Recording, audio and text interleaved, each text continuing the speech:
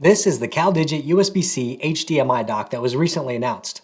I had the opportunity to get a pre-release look at this dock, and you may have seen my handsome face on another video somewhere, I don't know.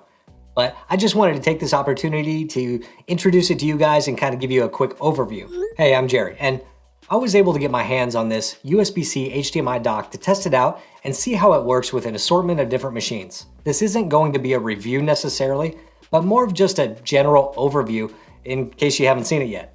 I do want to point out that this video has not been sponsored or paid for by CalDigit. Now first off, this is called the USB-C HDMI dock because on the back side there are two HDMI ports that can output dual displays at 60 Hz in extended mode, which means you can have your laptop and two additional displays connected. Now there are some limitations to that depending on what computer you are using. I tested this dock with the 16-inch MacBook Pro, an M1 MacBook Pro, and 3 different USB-C Windows laptops.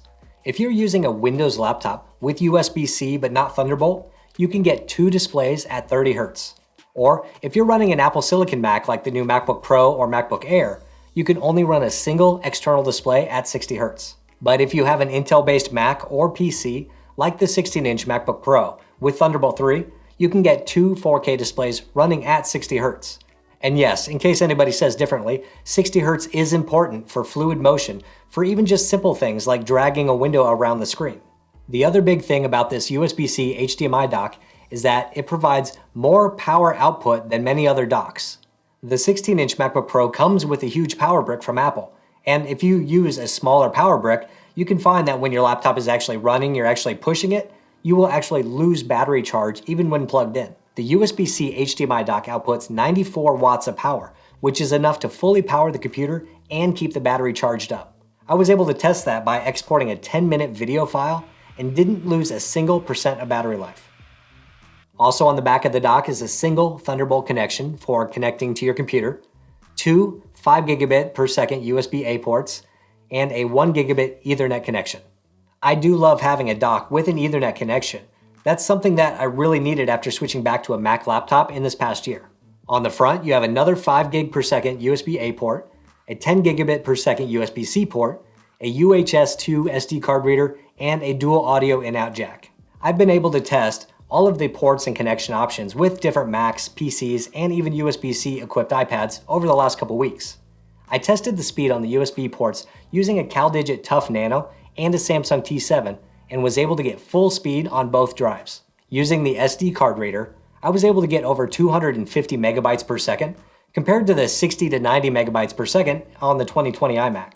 Build-wise, this dock is solid. It has a weight to it that makes it feel premium and not cheap at all. I like that it has a mostly muted look with the mostly aluminum exterior, and it fits well on pretty much any desk because it's, gray and black like almost everything else. The USB-C HDMI dock does not have a ton of ports, which is actually fine for me in my use. I don't need to plug a lot of things directly into my laptop beyond things like my USB Kanto speakers, a dongle for my mouse, and sometimes an external drive. So that's just a simple overview of the new dock from CalDigit. The biggest benefit to the USB-C HDMI dock is for people who are running an Intel-based laptop with Thunderbolt who wants 2 external displays and enough power to keep everything charged. I would also add that Ethernet is super important in the world of work-from-home video calls. If that sounds like you, maybe this is the dock you're looking for. If you're looking for a Thunderbolt dock with maybe a couple more USB ports or maybe something that's a little bit more travel-friendly, then you should definitely check out this video over here about the CalDigit TS3 Plus and the Soho for some other options. Hit the thumbs up button if you liked it, hit subscribe if you want, and I'll see you next time.